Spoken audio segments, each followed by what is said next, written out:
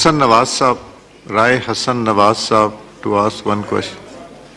Rai Hassan Nawaz Saab nahi tashrif rakhte. Shahid Ahmed Saab to ask one question. بسم اللہ الرحمن الرحیم. شکریہ speaker صاحب. اور اسپیکر صاحب میرا جو سوال ہے وہ اس حوالے سے ہے کہ جب ہماری تحریک انصاف کی حکومت تھی تو تحریک انصاف کی حکومت نے مختلف 10 ڈیمز کے اوپر کام شروع کیا تھا اور بنیادی وجہ یہی تھی کہ بار بار جو معاہدے کیے گئے انڈیا کے ساتھ 37 معاہدہ مختلف معاہدے بار بار ان کی وائلیشنز کے ذریعے وہ ہمارا پانی روکتے ہیں. تو اس بلیک میلنگ کو ختم کرنے کے لیے عمران خان کی حکومت نے 10 ڈیمز کے اوپر کام شروع کیا تھا جب ہماری حکومت تھی.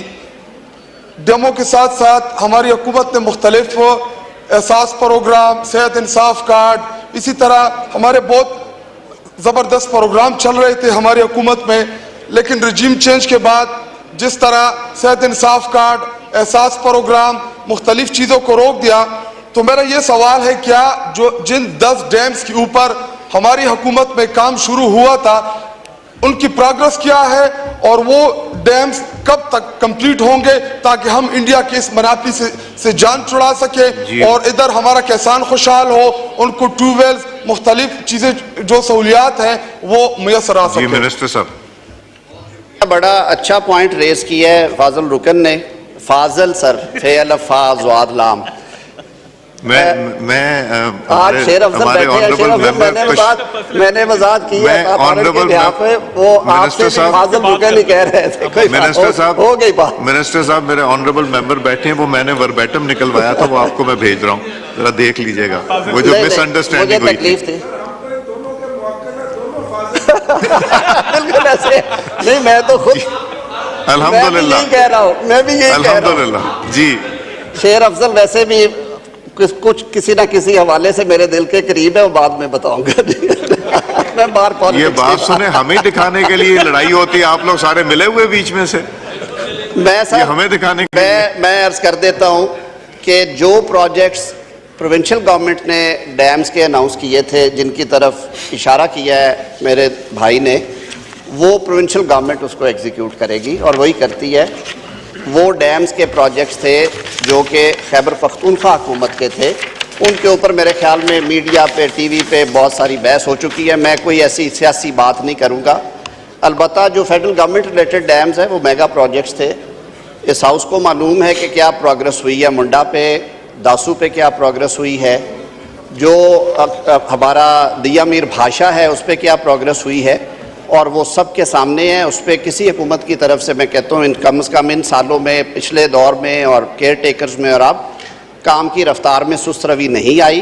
وہاں پہ نیچرل کلیمٹیز بھی آئیں, اس کے باوجود کام جاری ہے, اور اس کی جو ڈیٹ لائنز ہیں ابھی تک خیال ہے کہ وہ 6 مہینے سال کی ویریشن کے علاوہ وہ میٹ کی جائیں گی. جی میری یہ منسٹری نہیں ہے, I have been part of the meetings, تو یہ بات میں اس لیے کہہ رہا ہوں. نہیں ہو گیا. شاہد صاحب تشریف رکھے. میں آئٹم نمبر 14 پہ آنے سے پہلے اقبال آفریدی صاحب, آپ کے علاقے میں کوئی حادثہ ہوا ہے؟ اقبال آفریدی صاحب, اقبال صاحب کا مائک. جی آپ کے علاقے میں کوئی حادثہ ہوا ہے؟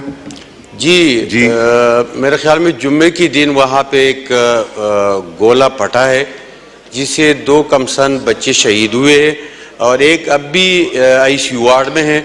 تو یہ چونکہ ہمارے علاقے میں بدامنی بھی ہے اور ملیٹنٹ ایکٹیویٹیز بھی ہے, وہاں پہ فینسنگ کے بعد جس پہ اتنا پیسہ خرچ ہوا ہے, اور اب بھی وہاں پہ ملیٹنٹ آتے ہیں, ہمارے لوگوں کو اٹھاتے ہیں. رات کو ملیٹنٹ آتے اور صبح اس کی پیچھے سیکورٹی فورسز آتے ہیں, وہ گھروں والوں کو گرفتار کر کے لے جاتے ہیں. تو پاٹھا میں بہت بڑا ایشو ہے. اور ساتھ ساتھ اسپیکر صاحب, قبائلی علاقوں میں این ایف سی ایوارڈ کے لیے بہت سارے منصوبے پڑے ہوئے ہیں. ہمیں وہ قبائلی علاقوں کو وہ این ایف سی ایوارڈ میں پیسہ ملنا چاہیے تاکہ وہاں پہ جاری منصوبے ترقیاتی وہ پورے ہو سکے. اور ساتھ ساتھ وہاں پہ جو ناروا بجلی لوڈ شیڈنگ ہے, نہ تو وہاں پہ کوئی کمبا ہے, نہ کوئی تار ہے, نہ کوئی ٹرانسفارمر ہے. تو کائنڈلی یہ 2-3 ایشو ہے. ایک تو این ایف سی ایوارڈ میں قبائلیوں کو اپنا حصہ ملنا چاہیے, دو وہاں پہ بدامنی ہے اور ہم نے بہت سارا پیسہ بارڈر پہ فینسنگ پہ لگایا ہے، اس کا فائدہ پھر کیا ہے، اور تیسری وہاں پہ لوڈ شیڈنگ ہے، اس کا خاتمہ ہونا چاہیے.